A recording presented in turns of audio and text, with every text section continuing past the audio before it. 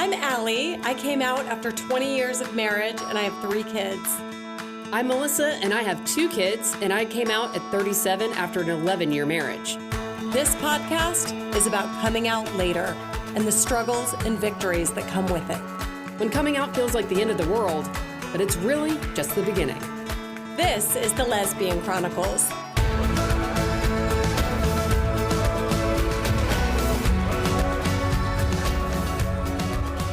Welcome to the Lesbian Chronicles. Oh my God. I wasn't expecting that. I know. I'm changing it up. I mean, people are going to think this is a pornographic podcast. Maybe it should be. Pornographic podcast. Is that a thing? Let me see you try. It probably is. I know. I was thinking people would. I would probably really enjoy that. There's got to be some sort of like erotic. Actually, fun fact: one of my best friends from college does porn. No, but her sister had a podcast for like polyamorous or, I think poly couple, something like that. It was like talking pineapple, some crazy shit like that. And I tried to listen to it. It was not good. Really? Yeah. It was Do you ever listen to just like erotic stories? No, I don't. Okay. I guess. Oh, me do. neither. Me neither. Yeah, I mean, I know someone who does. She lives in my house. She wears all my clothes. She kind of looks like me, but she's not me. It's definitely not me. Tell me, you gotta do what you gotta do. No shame. Tell me about speed dating. Not to change the subject. Not to change the subject. But, because I wasn't here last week. Speed dating was really a lot of fun. Okay. I can't remember if this was on the portion that we recorded on the podcast or yes, not. But about you know how I was going to do that we didn't like. It didn't go over well. See, I told you. Just listen to me. It like lasted for about like people were actually doing it the first like 3 rounds. And then I noticed that it was like fading off, even though I was saying like, let's go. And I took a survey. I was like, all right, who doesn't want to do that part? And everybody in there was like, no. Yeah, it's like fucking A, man. It was too on the spot. And so I ended up just like being like, if you want to exchange info, you can. But we had a really good turnout. It was like 50 people. Even so you didn't, I think people met about half, you know. Any love connections? I haven't heard about any love connections. Okay. But people were connecting. They were sharing, like exchanging information and stuff. And when we were doing like the scissors paper thing, I saw a few like scissors. So I was like, okay, like it's something. There. I like the thing where, like, I actually thought about that a lot more after you said it. And there just needs to be a way that I could say, like, I think you're really cool, but I don't know. Like, because it's, like, so uncomfortable. First of all, I would never say no because that's so hurtful. If I saw someone's doing scissors, I'm definitely not doing paper. Right. But and that's the people were, like, hesitating. Like, what are you what are you going to do? And I'm not overly nice, and I'm not hurting someone's feelings. Yeah. So it's like, if I'm not, no one is. But is it hurting your feelings though? Still, like if I like, literally, if we go 1, 2, 3, and I throw you a scissors and you throw me a paper, I'm a little bit like, oh God, that stung a little. I mean, that is a little tough for sure. It's not like a huge deal. It wouldn't bother me the first time, but it might bother me if 5 went by. Then I'm like, okay, maybe there is something wrong with me. That's true. And people were kind of like, oh my God, what if out of all these people, like I make no connection whatsoever? But I don't think that was the case. And really, it seemed like a lot of people were excited just at the prospect of like meeting anyone. Yeah, friends. There were people that came with friends. There were people that came alone. So I thought it was really awesome just to see all these people like putting themselves out there and like really making an effort to put themselves in this position that's pretty uncomfortable. It's very uncomfortable. What if there was like speed dating just for friends, first of all? And then second of all, why? You said it's hard to do this, but why would it be that hard if you had 50 people, everybody gets a number 1 through 50, and I'm going to meet all these people, and at the end of the meeting, the 2-minute or however long I get, I can write down their number as a yes or no in my own little list, and then they turn them in. And then you don't have to go through them. I don't do that because I'm selfish. I don't want to be going through like paperwork and being like, you had this match and you had this match. Like, it's a lot. But what if you just say all the papers are going to be up there and you can check to see? yourself? I'm just like Maybe. thinking out loud. Like it would be really cool to show up and like if you met, let's say out of 50, 4 of them maybe you'd want to have dinner with, and then to see if 2 of those shook out that they wanted to have dinner with you, you would leave that evening like, damn, I hit the lottery tonight.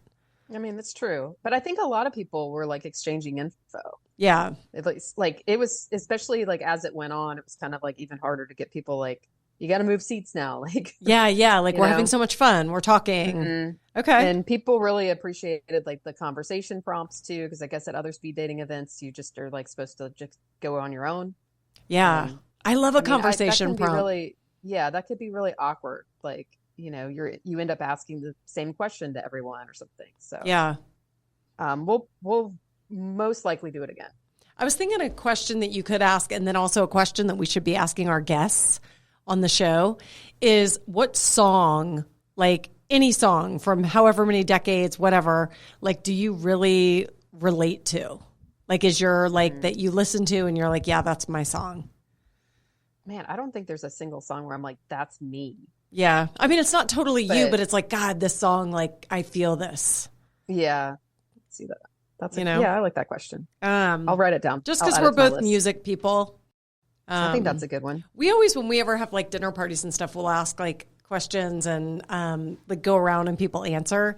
And I always love the people that have, I don't know, whether it's even just like, okay, you're retiring right now, where would you live? Mm-hmm. Or, and I'm always love the people who have kind of thought this stuff through to some extent. Like they know they have answers for like, oh, well, here's my dream. Yeah, I've been waiting to tell you. Anyway, so that's cool. So it was would you say overall a huge success? Overall, yes. Okay. Yes, 100%. Good deal. Like I said, I'd like to do it again, but it also got me thinking too, like there's that many people that want to meet someone like outside of dating apps. Yeah. But, I think the big question that we get so often is like, how do you meet people? Yeah. And it really is hard. Like even I hear this all the time, like straight people, gay, whatever. They're always talking about how difficult it is to make friends once you're like out of college and like making friends like out of the workplace. Right. And it really is like, yeah. I feel like, I have made a lot of friends over the years, but it's because I've kind of gotten involved with a lot of different stuff. You cultivate it like no one I've ever seen. You're good at it. Thank you. I mean, you're good at making the friends, but you're good at keeping the friends. I mean, I do the work here. Yeah, you do the work. There's just so many different things that people can do to meet people outside of like dating apps. And like, I think this is also the thing too, that we talk about with building community, not worrying so much about meeting your person, but meeting your community. And I actually have a friend who's just fairly recently out, and she was posting on social media recently. And I was like noticing she's like volunteering and showing up to like all these like pride events and stuff in her city. And like June Pride is coming up. Like you can volunteer for like helping with setting that up, helping with planning. There's also the organization PFLAG, like showing up to that and just going to meetings. Like, yes, that's meant for like people supporting allies, gay community, but it's also a way to meet and connect. And I think like too, like I'll preface this by saying I'm not single, but oftentimes I am out like saying to other single people, like, here's what you need to do. Because I see it all around me. Like I see opportunities for people that they could be meeting people. But to your point, like it doesn't have to be a love connection. It could be that you met this person and they've got 4 gay friends and you end up meeting someone that way. And even more, I think it's consistency. I see so many people that are like, oh, I tried that. I went to the meetup. I didn't really like it. Well, if I had said that about group, it would have ruined my life. I mean, I hate to be that dramatic, but it's like that saved me. And if I would have gone and just said it wasn't for me, which I wanted to, and not gone back, I never would have met my friends that I ended up. So it's like you have to. So true. Consistency and with the apps. To that point, when a few people showed up to speed dating and took a look at the room and left. Yeah. And I get it. There could have been a million things going through their head as to why they walked out. But like, that is exactly what I almost did that first group meeting. Yep. I looked at the lobby and was like, what am I doing here? Like, I don't belong here. And I almost left. Yep. had Melissa not been like holding me to the fire on like going, I wouldn't have gone. And it's just the consistency of it. Like you went and then you came back and then you came back and you came back again. It's the apps. It's the same thing. You have to like stay on it. You have to, I mean, in your work life. I mean, I remember when I was starting my company, my dad, who's an entrepreneur, would say like most people they fail because they can't keep their foot on the gas, is what he would say. Like it's very hard to keep your foot on the gas for a long period of time. And I think the same is true in dating. Like you have to keep your foot on the gas. You can't just say, oh, I went to the meetup, or, oh, I went to that gym that everyone said was gay. It really wasn't. I'm not going back. Yeah. You got to go 50 times. The thing is that we're so used to like instant gratification. Yeah, that's it. The dopamine quick hit.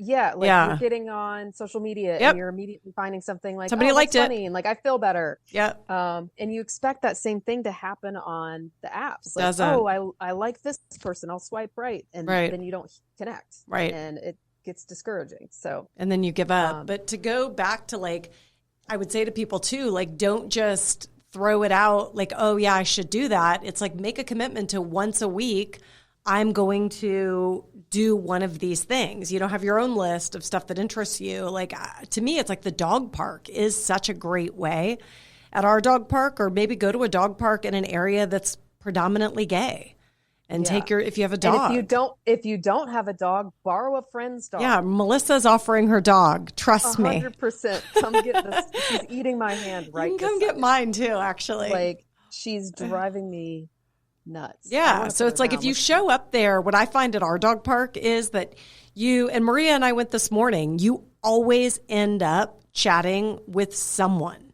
because the dogs are getting into it. They're crazy. And obviously we're not there looking to date, but I see people all the time meeting people. Like it's happening all around. So it's what's a good like conversation starter there? Like just to ask someone about I think like your dog starts playing with another dog. And if you see someone that maybe you think you'd have something in common with, even like walking their way so that the dogs do start to interact, then you can be like, oh, cool. What kind of dog is that? Or how old is your dog? Or what's your dog's name?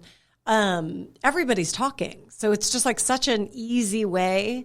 I end up talking to someone every single time. Like it's never, you can't not. Because your dogs are playing. You're not going to just stand there. So you end up talking. So it's just like that is such an easy way to get into conversation and move through lots of people. I mean, there might be, 10 or 15 people there.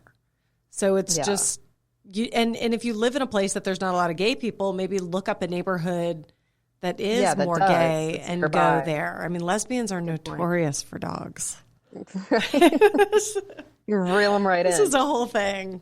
Also notorious for traveling. So if it's in another city, that's okay. Yeah, totally.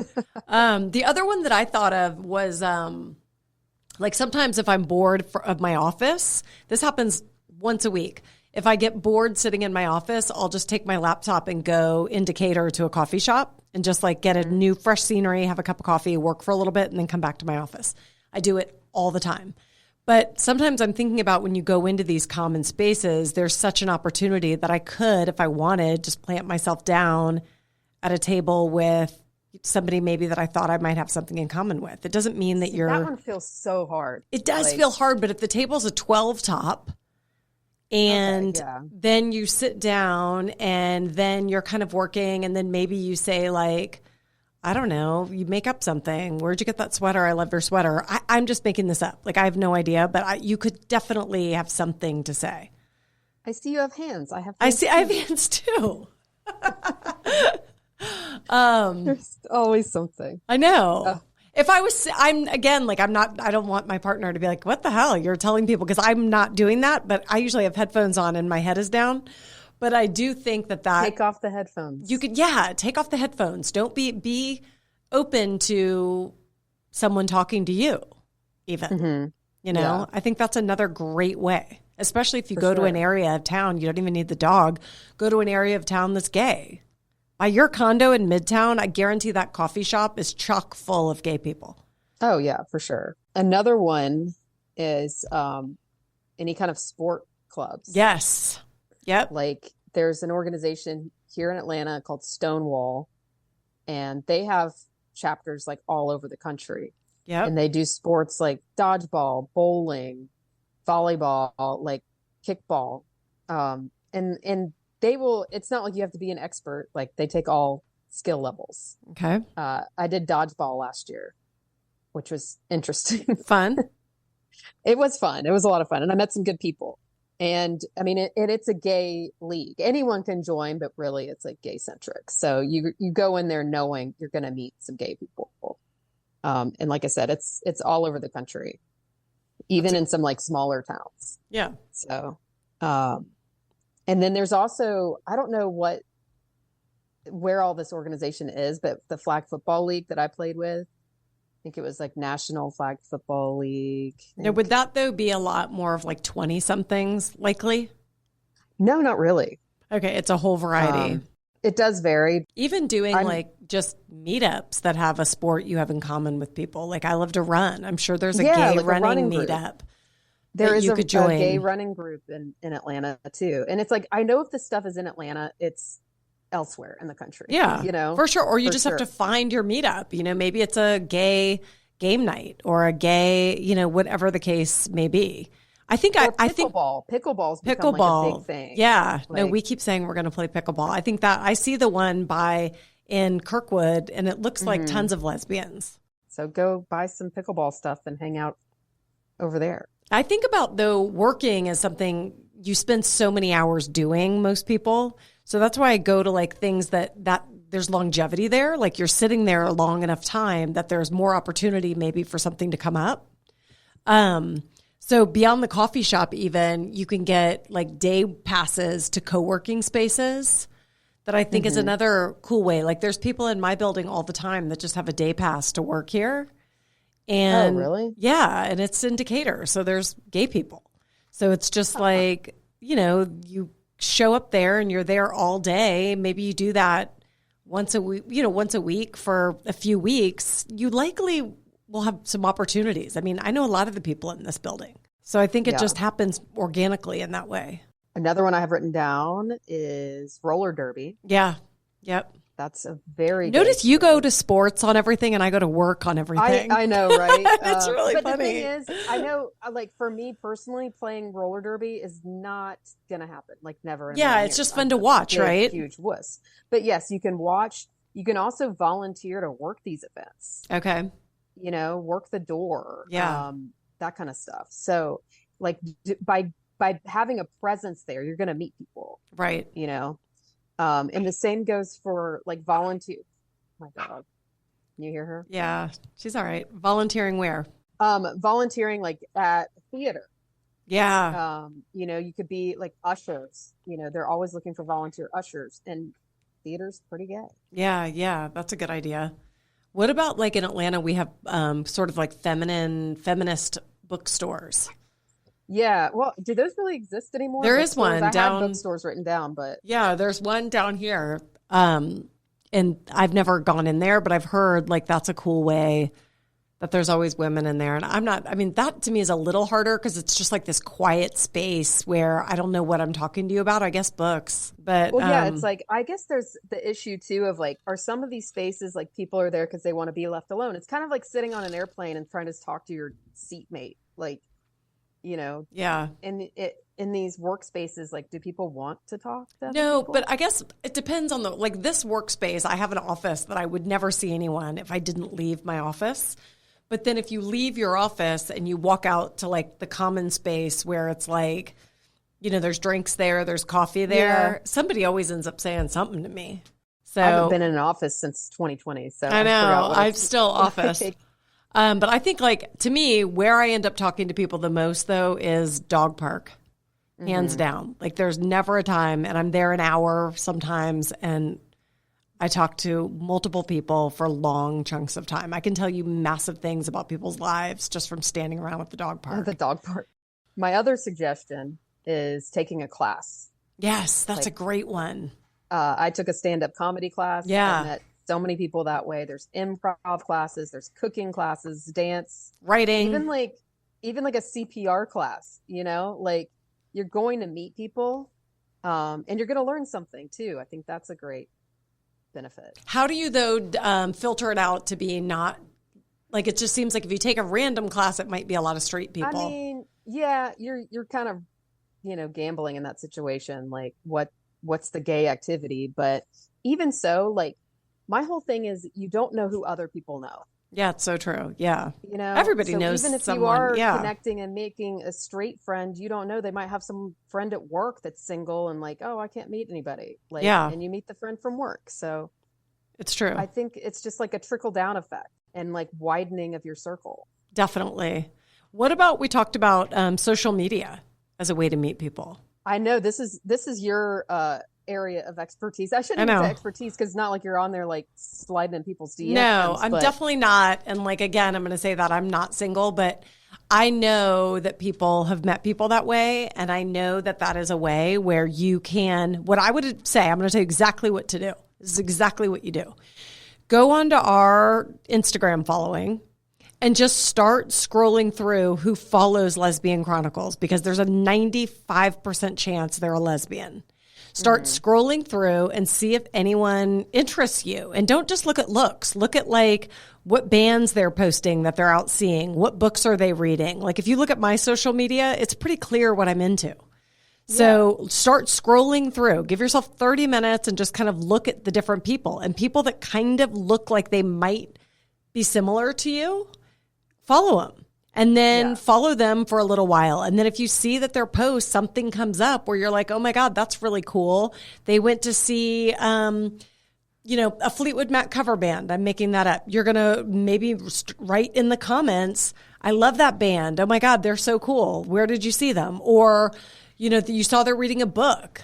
Oh, I thought about reading that. What's that book about? What's up with that? Like there's so many opportunities in that way. And you're kind of like getting to curate you're able to like look through. You're not just like throwing mass, yourself out there to a million people. You're whittling it down to people that maybe you would have something in common with. Yeah, I think that's so. It's like you follow them. If you follow 20 new people, 20 new lesbians, and you start like engaging with them, you'll be really surprised at how sometimes a conversation can develop. Yeah, do they live in your town? Maybe, maybe not. I think it leads to more commonality and more community.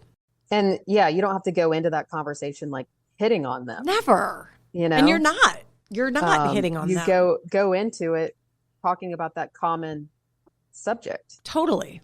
Like there's this whole like group of friends of mine that not friends as people I know who are into that like EDM, which I'm just not at all. It's not my thing at all, but they are.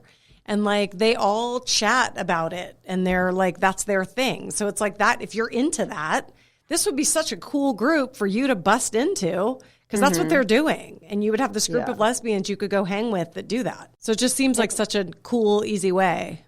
Right.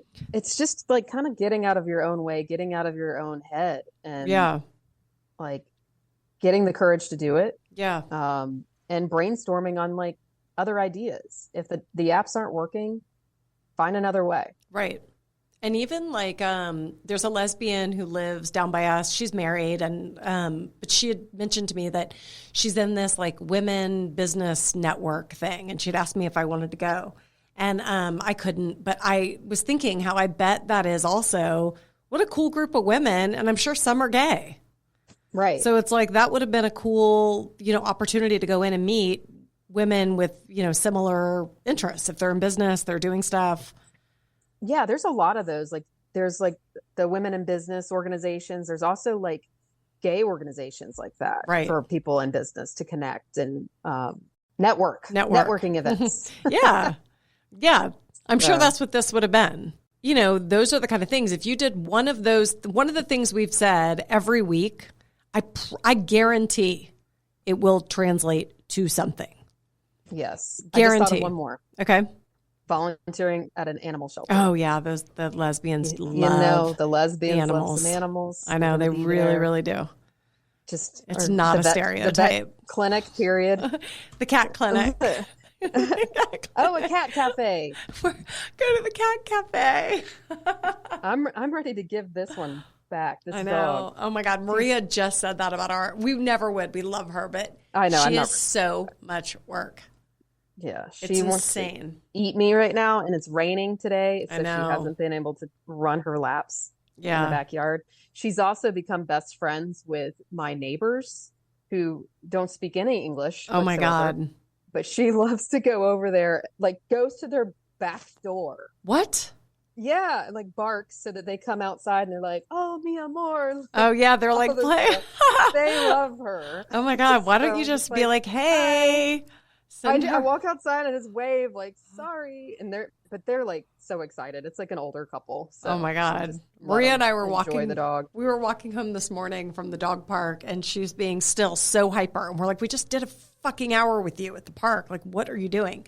So we're walking home and we see this agility class, and Maria's like, "I literally want to just say, will you guys take a drop in?" And just like drop her in there. Exactly. Yeah. Oh, it's so much work. It is so much work. And the teeth. No. I mean, if I let her, she would like gnaw my hand off. Right. She needs some rawhide. So any other thoughts on that? Because I do think like people, you have to commit to it and you have to do it over and over again. It can't just be you show up and then say it didn't work. Once and say that didn't work. Yeah.